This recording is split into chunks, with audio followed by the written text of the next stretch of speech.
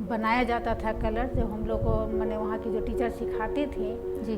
तो सारा जो उस समय चलता था, जो ट्रेडिशनल था कलर बनाने का तरीका, उसी तरह से जैसे हल्दी है जी। तो हल्दी को हम लोग पहले डस्ट करते थे, गोंद मिलाते थे और उसको फिर एक डब्बा में तैयार करते थे कलर। जी। ब्लू कलर के लिए नील का यूज करते थे, उसमें भी गोंद मिलाते थे। और पत्ती के लिए ग्रीन कलर का ऐसे रस को निचोड़ करके उसमें भी गोंद मिलाना, मैंने गोंद तो सब में मिलाना होता था जी। और एक सिंघार का फूल आता था, उसके डंठल से ऑरेंज कलर हम लोग बनाते थे जी। वाह। तो इस तरह से हर टाइप से मैंने कलर को बनाने के लिए बहुत मेहनत करना पड़ता था जी। अब ब्लैक कलर है तो वो काजल का जो फुलिया दिया रख करके और उसके ऊपर एक मैंने प्लेट को झाँप करके उसके बाद जो कलर निकलता कलर जो ब्लैक कलर का फुलिया तैयार होता है, डस्ट।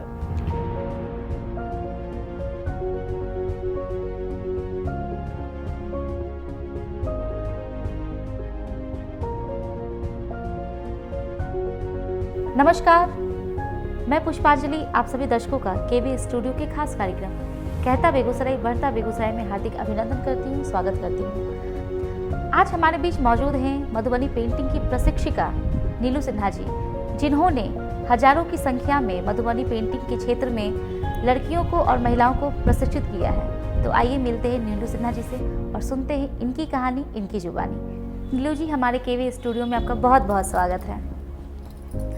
मैं चाहूँगी कि अपना संक्षिप्त परिचय हमारे दर्शकों को दें। मेरा नाम नीलू सिन्हा हुआ जी। और हम सौंदर्य कला केंद्र चलाते हैं स्टेशन रोड राधा स्वामी होटल के पास। और मेरे father in law Jagannath Prasad ji, जो बहुत बड़े लॉयर थे और स्वतंत्रता सेनानी भी हैं। बेगूसराय में सब कोई उनको जानता है जी। और करीब हम 20 साल से सौंदर्य कला केंद्र चला रहे हैं जी। महिलाओं का है और उसका काम कर रहे हैं जी। तो मैडम, ये जो क्योंकि पेंटिंग्स बहुत तरह की होती हैं, तो आपने मिथिला पेंटिंग को ही क्यों चुना है? देखिए, असल क्या था कि जब हम इसको सीखे, जब हम मधुबनी गए थे, पापा वहाँ पोस्टेड थे जी। तो उस समय जब देखे वहाँ बहुत बना हुआ वो काफ़ी अच्छा लगा, ट्रेडिशनल था। और हालांकि मेरा वैसा कोई एज नहीं था लेकिन हमको अच्छा लगा तो सीखना जो है तो पापा बोले ठीक है, इसलिए हम सीखना शुरू किया। ऐसा कोई उसमें मेरा कुछ नहीं था, मतलब बस इंटरेस्ट लगा देखने के बाद। हाँ, इंटरेस्ट था जी। तो क्योंकि वहाँ बहुत मेरी दोस्त लोग भी बनाती थी और देखे काफ़ी अच्छा इसका, वहाँ लोग इसका काफ़ी मैंने नाम लेते थे, मधुबनी का ही चीज़ ही था। जी बिल्कुल। तो हम सोचे नहीं, यहाँ हम जब आए हैं तो हमको सीखना चाहिए, तो हम सीखना शुरू कर दिया। जी।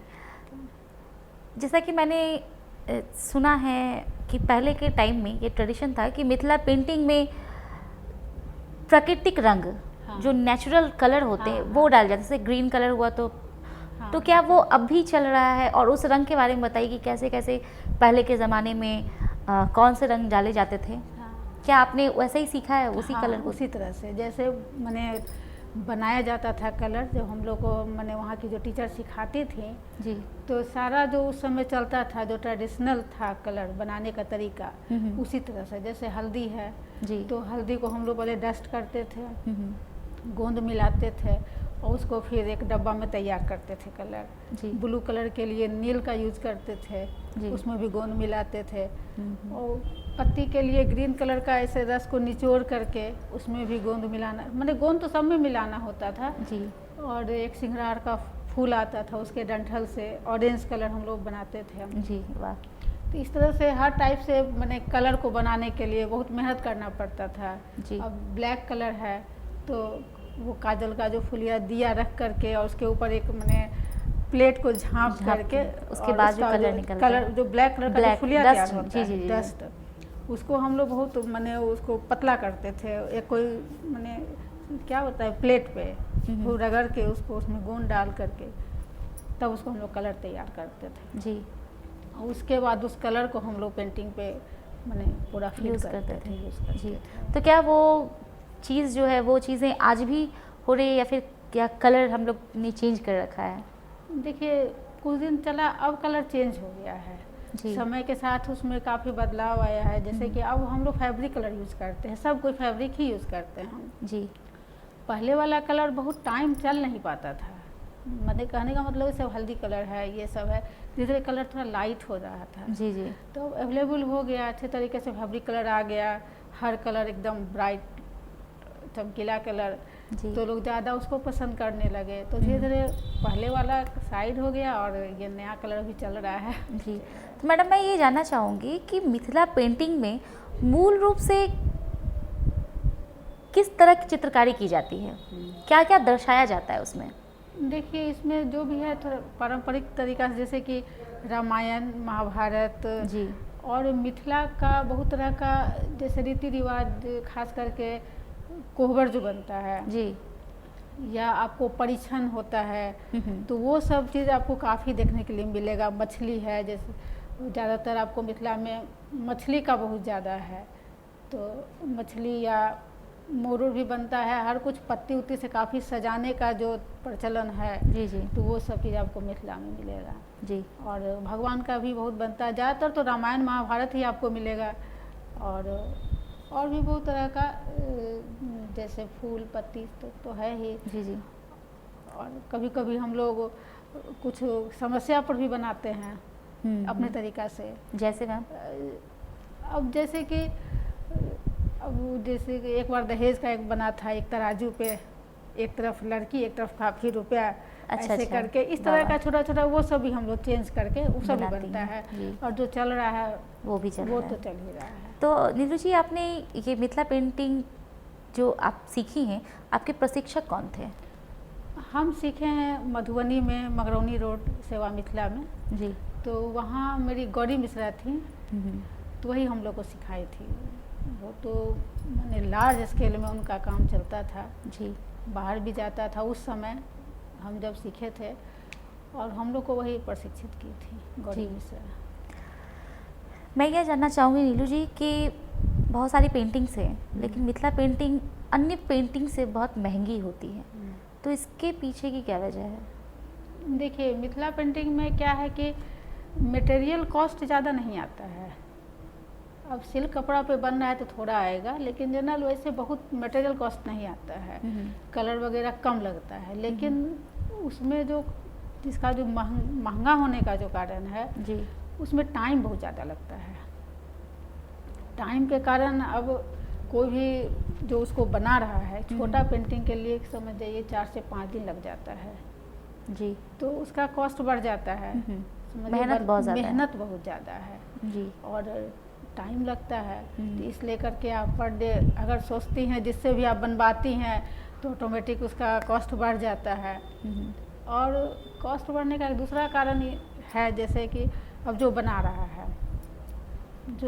है तो उसको देखिए बहुत ज़्यादा नहीं भी मिलता है जी।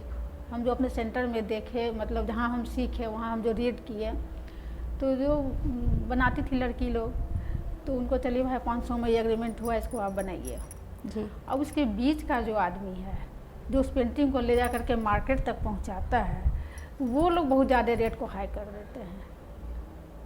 ये बहुत बड़ा कारण है उसके रेट को बढ़ने का जी। ऐसा कुछ नहीं है कि इसको इतना दाम रखा जाए मेरे समझ से, तो ये चीज़ इसके बढ़ने का ये भी कारण है। और टाइम लगता है, तो हम कह रहे हैं मेहनत बहुत ज़्यादा है, टाइम भी बहुत ज़्यादा लगता है, लेकिन रेट सबसे बड़ी बात है कि जो बीच वाले लोग को ज़्यादा फायदा होता है जी जी। वो माने वही लोग रेट को बहुत हाई करके मार्केट में शुरू से ही ऐसा किए हैं, तो लोग का एक बन भी गया है कि बहुत ज़्यादा महंगा है। तो सपोज़ आपने 2 रुपये में उनको दिया और हाँ। वो अगर 10 रुपये में बेचते हैं, तो बीच का जो अमाउंट एक्स्ट्रा अमाउंट है वो तो उनका हो गया। वो तो उनका हो गया। अच्छा। बनाने वाले को ज़्यादा नहीं मिला।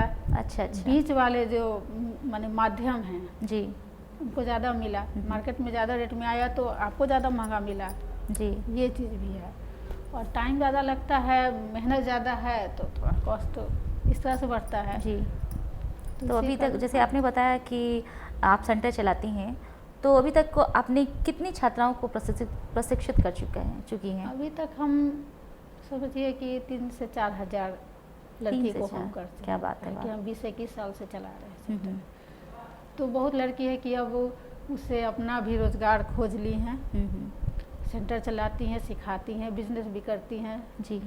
और एक मतलब सब जो भी सीखती हैं उस समय थोड़ा बहुत सब काम कर रही हैं। जी, मतलब अपने जीवन यापन का उनका एक हाँ, अच्छा साधन हो अच्छा गया। साधन है। तो जहाँ तक मुझे पता है नीलू जी कि आप मिथिला पेंटिंग के साथ साथ कुछ हस्तकलाओं का भी ज्ञान देती हैं, हाँ, बनाना सिखाती हैं। हाँ। तो हस्तकलाओं में क्या क्या आप बनाना सिखाती हैं? देखिए हस्तकलाओं में है मेरा सिरामिक वर्क है।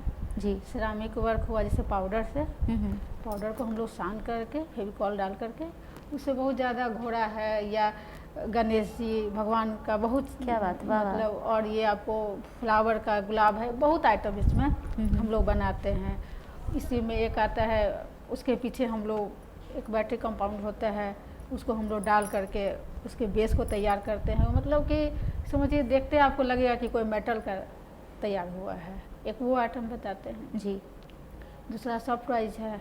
अच्छा, सॉफ्ट टॉयज करीब टेडी बियर वगैरह। टेडी बियर वगैरह। जी। तो मेरे सेंटर में आपको कम से कम 40-45 सॉफ्ट टॉयज मिलेगा, हर टाइप का हर चीज़ है उसमें। वाह। फ्लावर है, फ्लावर भी करीब मेरे सेंटर में तो 25 से 30 से कम नहीं होगा, बना हुआ लगा जी। हुआ है। हम जो लगाते हैं वही हम सिखाते हैं जी। ताकि आप देख लीजिए कि इसका क्या कॉस्ट आएगा, बन के कैसा लगेगा, कोई तरह कोई चीज़ डार्क नहीं हो।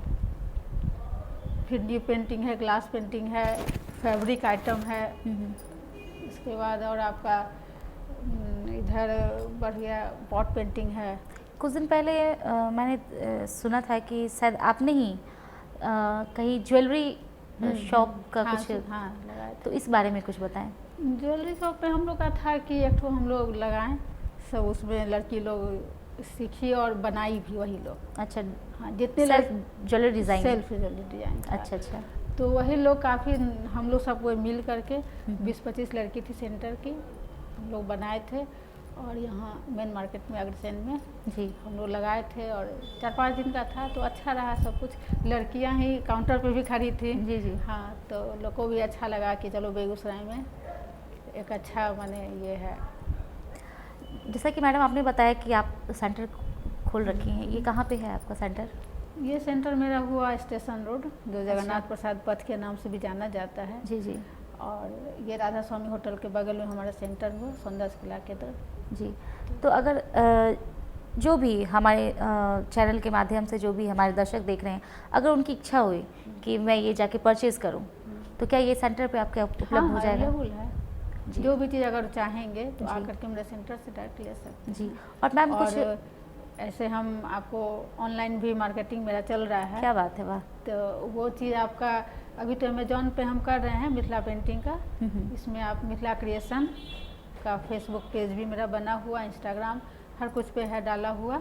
मिथिला क्रिएशन से मिथिला क्रिएशन इंस्टाग्राम और फेसबुक है हाँ, आपका? फेसबुक पेज वाह। बना हुआ और अमेजॉन पर भी हम मिथिला क्रिएशन के नाम से ही जी मार्केटिंग मेरा चल रहा है। जी। और आगे भी प्लानिंग है अभी। तो मिथिला पेंटिंग को लेकर आपकी भविष्य कार्य योजनाएं हैं?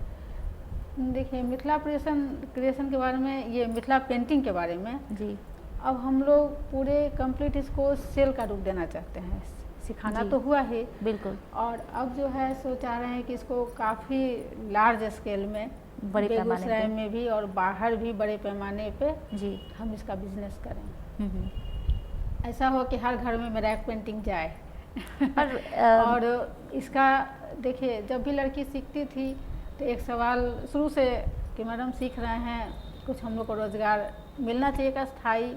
जी जी। अगर यहाँ ज़्यादा से ज़्यादा बिजनेस का ये बढ़ेगा तो हम लोग का भी रोज़गार बढ़ेगा। जी बिल्कुल। तो यही सोच करके शुरू से ही हम लोग ऐसा सोच रहे थे, लेकिन इधर 2-3 साल से हम लोग इसको कंप्लीट जो है इसको फैला रहे हैं। जी। और अपने ही सेंटर में जो लड़की बनाना चाह रही हैं वो सब बनाती भी हैं। जो अपना खोली तो अपना चलो ठीक है, जी। जो नहीं खोलनी है, खोलने लायक नहीं है या थोड़ा कम अथी की हैं कि नहीं उतना पैसा है, तो मेरे सेंटर से अपना बनाती हैं। जो बनाने का कॉस्ट होता है वो उनको मिल जाता है। वाह। और एक दूसरा मेरा उद्देश्य है कि मिथिला पेंटिंग जो महंगा का जो मैंने एक लोगों के मन में है, तो हम चाहते हैं कि हम मिथिला पेंटिंग को इतना सस्ता बनाएं, मैंने 50 रुपये से लेकर जी 10,000 तक का, क्या बात है, ताकि कोई आदमी ले सके।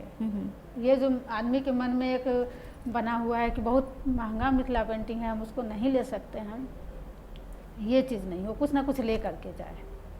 ये मेरा मैंने अपना मेरा उद्देश्य है जी जी कि छोटा से छोटा चीज़ और माने समझिए कि कम कीमत से लेकर के ज़्यादा बिल्कुल से हर ज़्यादा- तबके के हर लोग तबके के लोग उसको खरीद खरीद सकें, सकें। उनके घर में मेरा पेंटिंग लगा हुआ हो। जी जी। तो ये और चीज़ इस बहाने कम से कम ये है कि मिथिला पेंटिंग की का प्रचार प्रसार भी प्रचार प्रसार होगा। ऐसे जी तो बिल्कुल। चलिए बड़े बड़े लोग हैं अपना ले लिए, और बाकी लोगों को इंटरेस्ट भी रहता है कि ले ही नहीं पाएंगे उतना, ले नहीं पाते हैं तो उतना इंटरेस्ट भी नहीं रहता है कि नहीं जी, जी। महंगा है, ऐसा बना हुआ है, सोच बनी हुई हाँ है। मेंटलिटी भी बना हुआ, सही भी बात भी सही है। जी जी। तो हम लोग वही अभी काम भी कर रहे हैं कि कम से कम में हम सबको अवेलेबल करा नीरू जी, क्या मिथिला पेंटिंग के अलावा भी कुछ आपकी कार्य योजनाएं हैं भविष्य की कि मुझे इस पे काम करना है? देखिए भविष्य में मिथिला पेंटिंग के साथ और भी जो चीज़ है, और भी चीज़ जो हम बना रहे हैं, वो सब चीज़ को हम आगे, और एक ये बेगूसराय पेंटिंग के बारे में भी हम लोग सोच रहे हैं। मिथिला पेंटिंग क्या तो मेरा ये चल ही रहा है। बेगूसराय पेंटिंग क्या मतलब?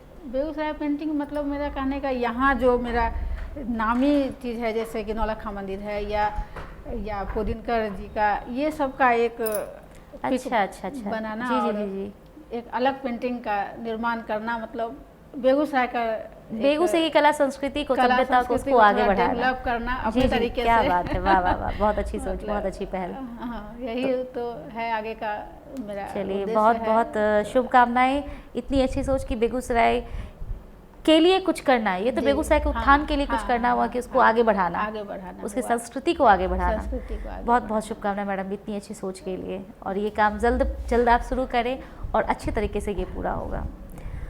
मैडम आखिरी में ये मैं जानना चाहूँगी कि ये जो डॉक्टर रोशन सर की सोच है, ये केवी स्टूडियो की जो पहल है, जो बेगूसराय के नए चर्चित चेहरे को यहाँ वो हम लोगों तक पहुँचाते हैं, उनकी बातों को, उनकी सोच को पहुँचाते हैं, तो ये क्रिएशन आपको कैसा लग रहा है? देखिए ये हमको बहुत काफ़ी अच्छा लगा जी। यहाँ एक प्लेटफॉर्म है जो हम लोग आ करके अपनी बात को रख सकते हैं जी। और हम और लोगों का देखें तो हमको लगा कि हमको भी आना चाहिए जी अपनी बात को रखने का। इससे अच्छा प्लेटफॉर्म हमको बेगूसराय में नहीं मिलेगा। बिल्कुल। और यहाँ प्रचार भी मेरा होगा, ये भी बात है। जी बिल्कुल बिल्कुल। और हर तरह से बहुत अच्छा लगा। जी, बहुमूल्य समय देने के लिए बहुत बहुत धन्यवाद।